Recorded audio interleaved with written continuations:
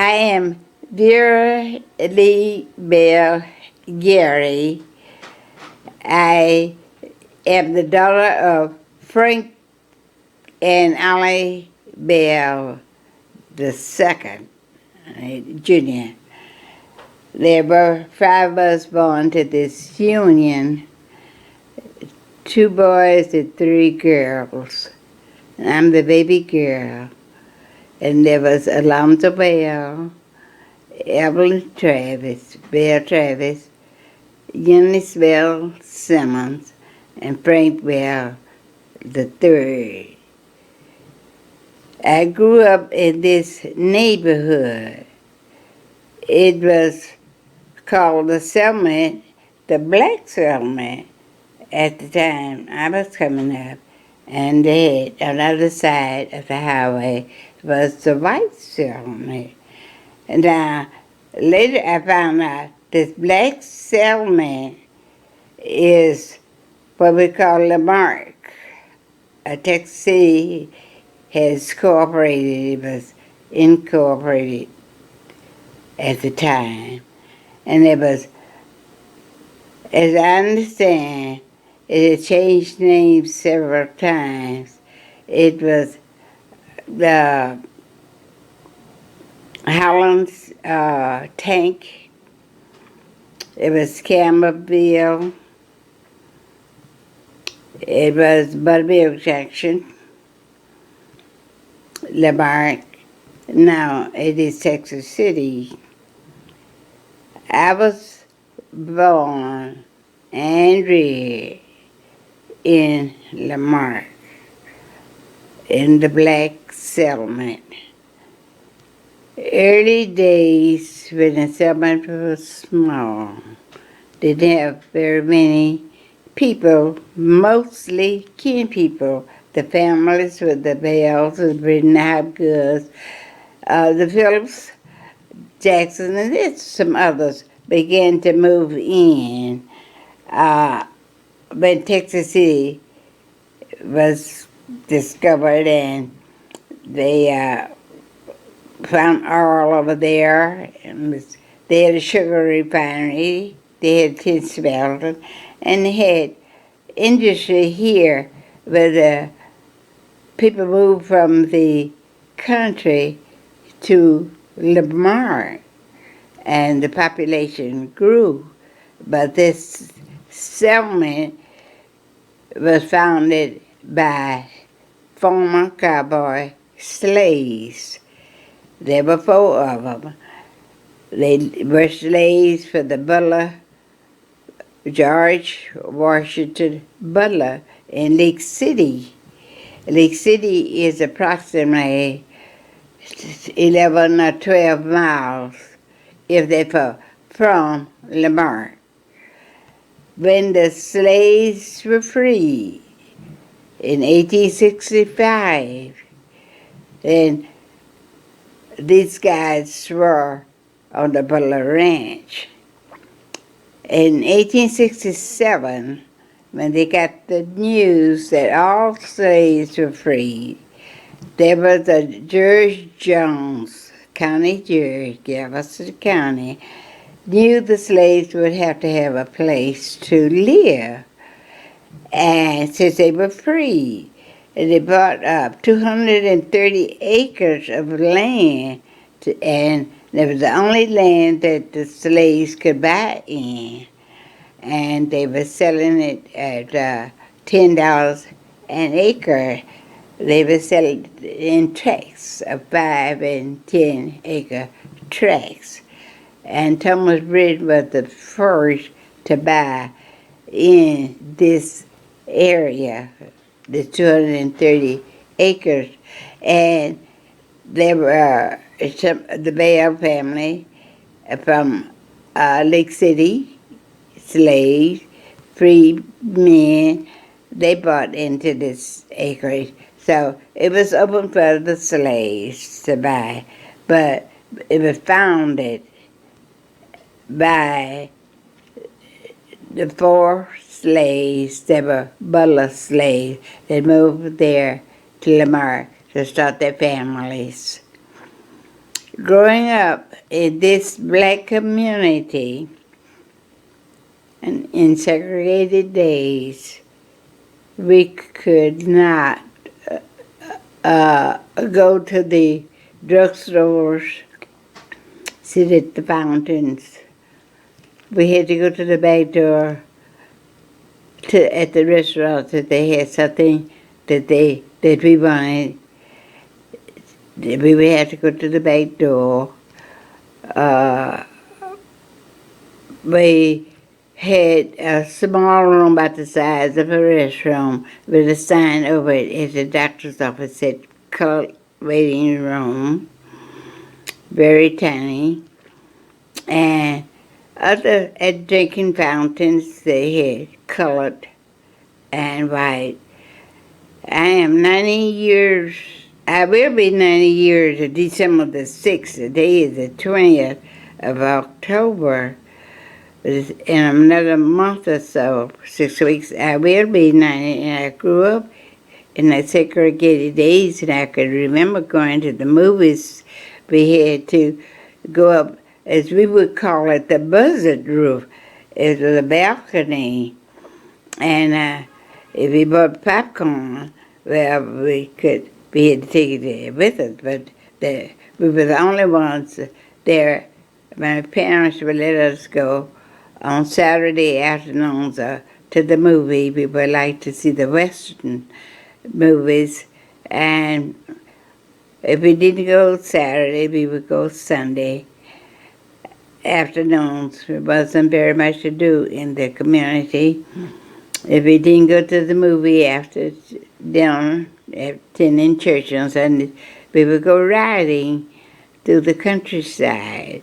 We would go visit some of the other family members.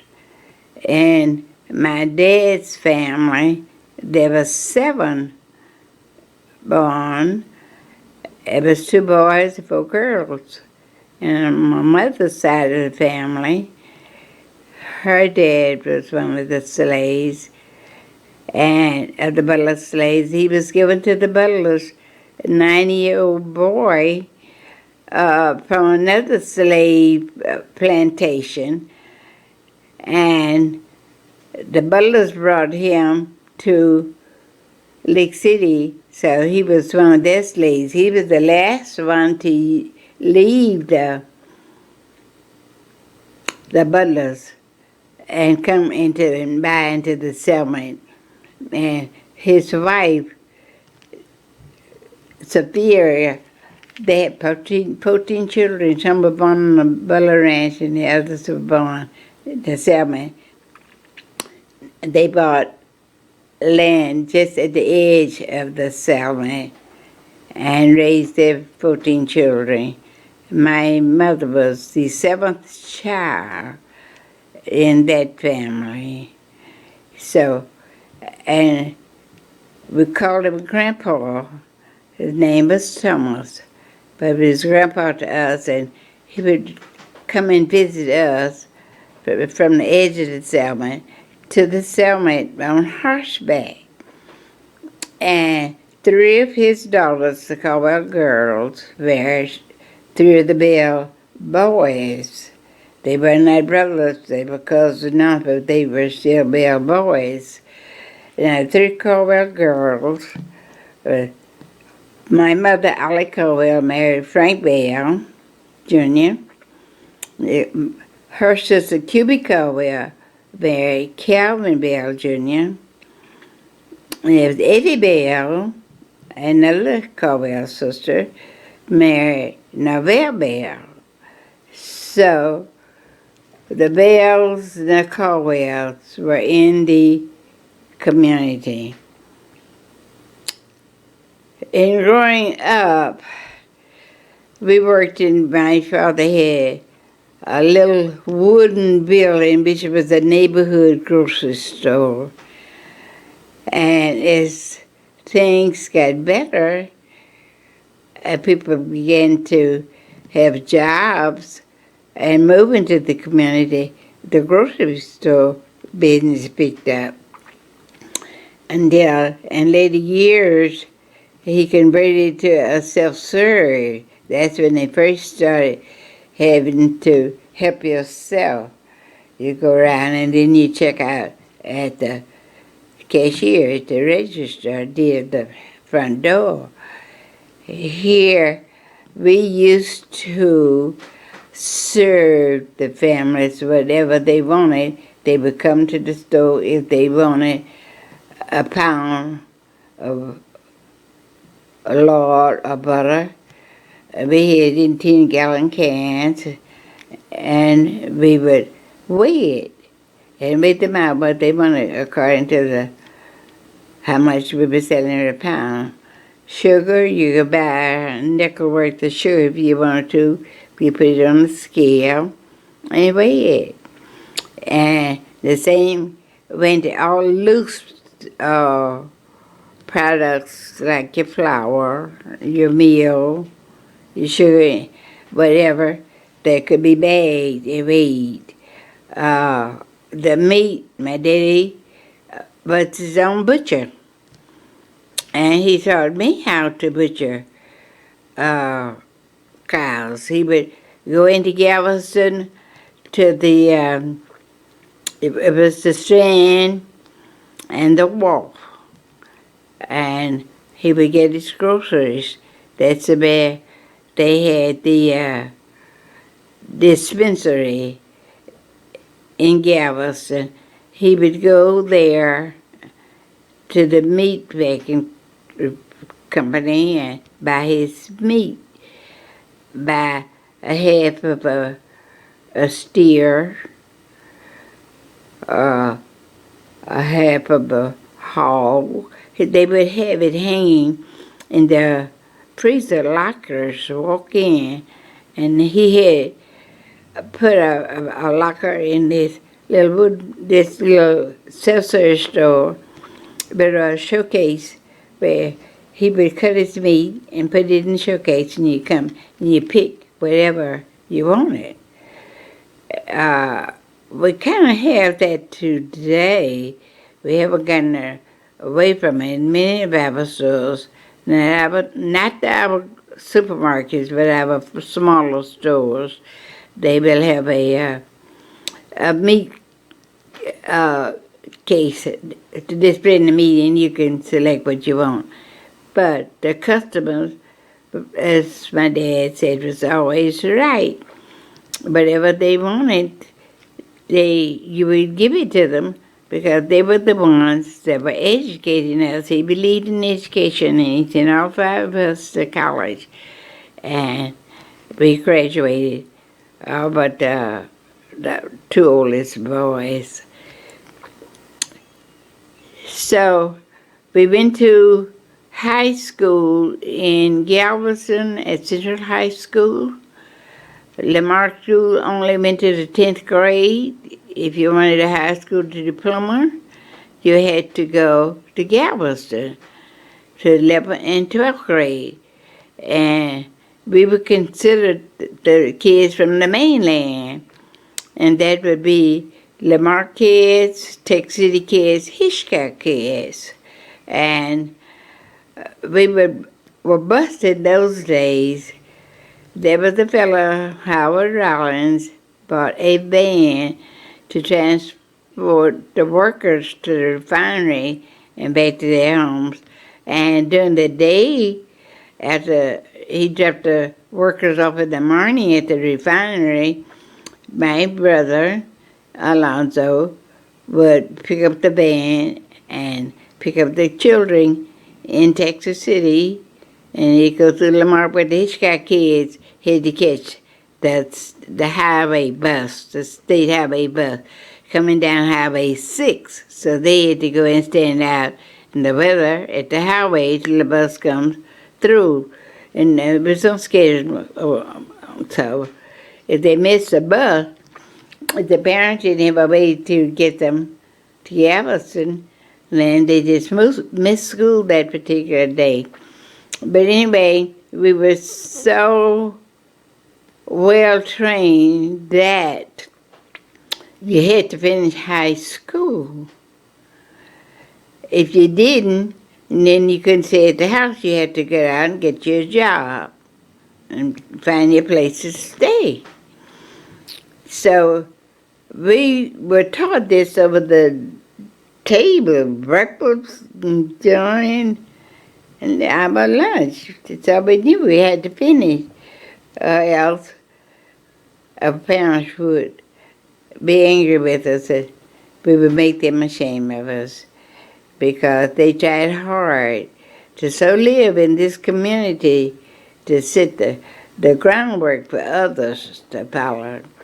So many times I thought we were used as patterns, and we were restricted doing the same things that people like to do, we saw other kids doing, but we could do. So we were ridiculed about it a lot also.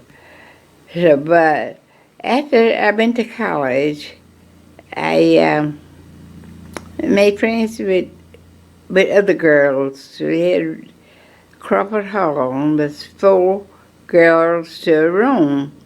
They were bunk beds. So, and this is, your room was assigned to you. You never knew who you were going to be with until you got there. So, you learn to get along with people, strangers, people you didn't know. You learn how to take care of yourself, make your own decisions, whether they were good or bad. It was your choice.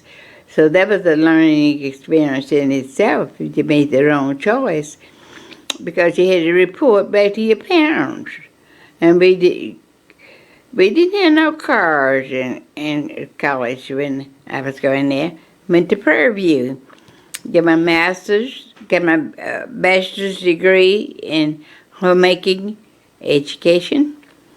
And after I got my bachelor's degree, I went to Texas Southern University, get my MS degree in homemaking.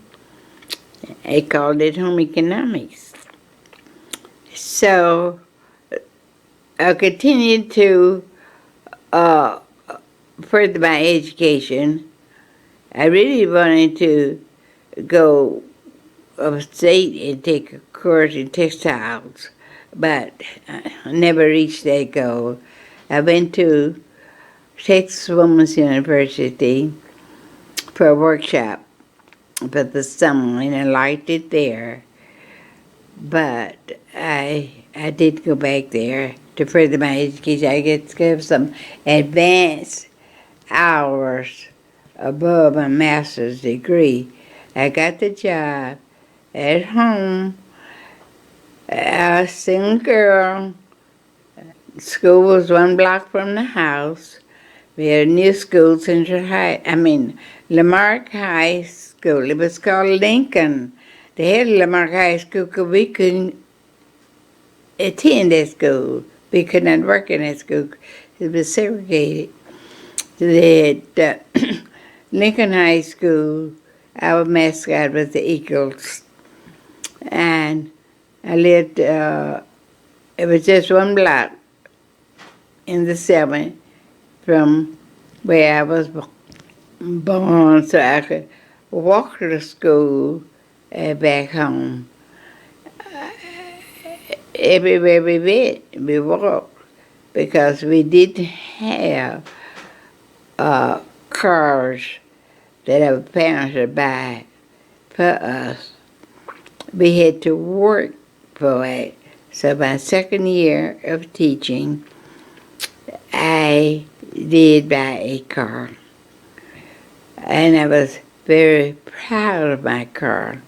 I had no money, I only had a job, and my mother had to sign for me to get this car. So I wanted to take the car, show it off, and ride around.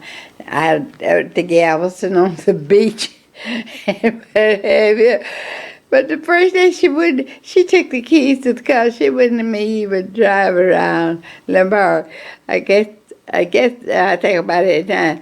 She probably figured if I'd go and have an accident in a car and hurt somebody or hurt myself, tell the company she would be responsible since she signed for me. But she instilled in me through the years.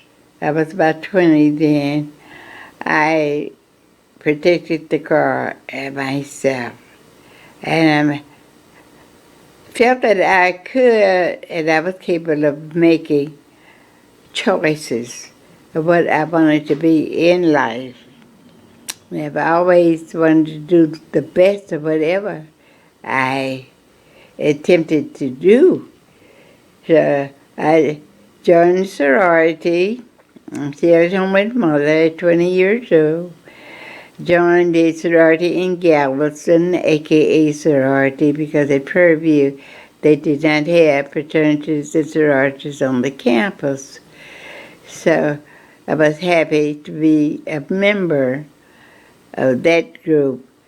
And so I was doing good, I thought. I finished school, got my degree, and got a job teaching, and got my car, and have the AKA. So I guess as I worked and matured, I started thinking about my future. And I met a guy, bought it and married him.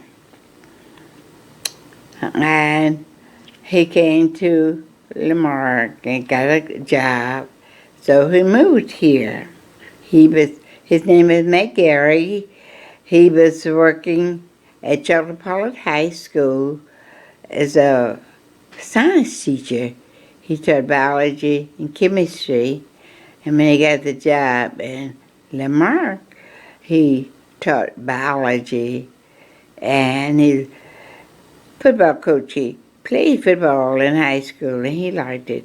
So he had the B team. He was one of the coaches on the B team. And we were very happy, and we settled here in Lamarck. And I moved out of the house for mother and them. And then I felt I was really grown up. My wings were strong enough that I could fly, because I had a husband then. And we bought a house. My daddy had a real estate business, and he built the house and paid him the minimum note, I would say, per month, because we both, my husband and myself, were teaching school. So we moved on from that. We wanted a family. So we got Tracy. Tracy was adopted, and we raised her, and she's made us very happy. Mac, when I moved on up from the liquor school and teaching, he got a job over college at the mainland. He was one of the first African American to teach there before they built the college over here in Lamarck. They started off at Booker Washington School in Texas City, and Mac taught biology, anatomy, physiology, and he taught the nurses over at the college, the nursing program. So he was quite successful. He passed too soon. He was 55 years old. He had a massive heart attack. And that ended his career and put a big dent in my life and Tracy's life. But being a strong woman from a strong family, I continued to raise Tracy. She went to Alcorn University. He passed 2 weeks before time for her to go to college. She finished Lamarck High School. She first went into, as a child, she went to the Christian kindergarten, first Christian kindergarten in the White Settlement, and then she went to Queen of Peace, there on Cedar Street, and we had to make a decision whether she was going to stay Catholic and go to Oklahoma on the bus to high school to finish there. So we put her in public school. So she finished Lamarck High. I went to Lamarck High, junior high, in 68. 1968. It was one of the first, after they integrated, to be transferred from the Lincoln School to the high school, junior high, then high school, homemaking. And Tracy finished high school there, and she went on to college. Well, as I said, it was in 84, 2 weeks before time for her to go to college, her daddy passed. So she went on anyway. It was Alcorn, this is in Loma, Mississippi.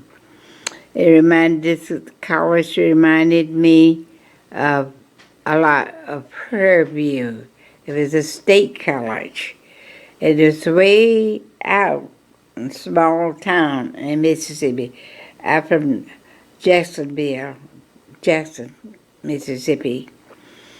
But anyway, she got there and she realized that her father had passed. She had gone, she left me, and she was there by herself, so far away from home. She didn't know anyone. So she could not quite make the adjustment because she was calling home just about every day, begging to come home. And I did what the president of Alcorn asked us when we went there her freshman year to not let your babies cry on your shoulders and your heart get weakened, and you bring them home. If you leave them here with us, we guarantee you in 4 years they will walk across the stage with the best degree. I was lonely for Mac and missed the girl, Miss Tracy, so brought her home for Christmas and put in Prairie View. So she put a semester there in Alcorn University, then in Prairie View. And she got an associate degree. That's summer. She went to Alva Junior College. She got an associate degree. She didn't have a job, and she was home for the summer, so she got to go to college if you got to go to summer school and work. So she did. She got a earned associate degree before she fell in love and she married and went on out on her own. So here I am at my age. I have Tracy. Tracy has made me happy. She has 2 girls, so I'm a grandmother. My oldest grandchild is in Texas College, Texas. She's made 21. And this last child is just 9 years old. She's over in Lamarck Elementary School. So I look back on my life from my childhood to where I am now. There are some changes that I would make if I had to live it over again. But I would like to come up under similar circumstances at that age, this age. I don't think I could handle it big adjustment because of the technology and values, family values, and principles have changed until I'm constantly making changes along with my grandchildren, trying to adjust to this new society that we have. But I am happy. I'm very happy.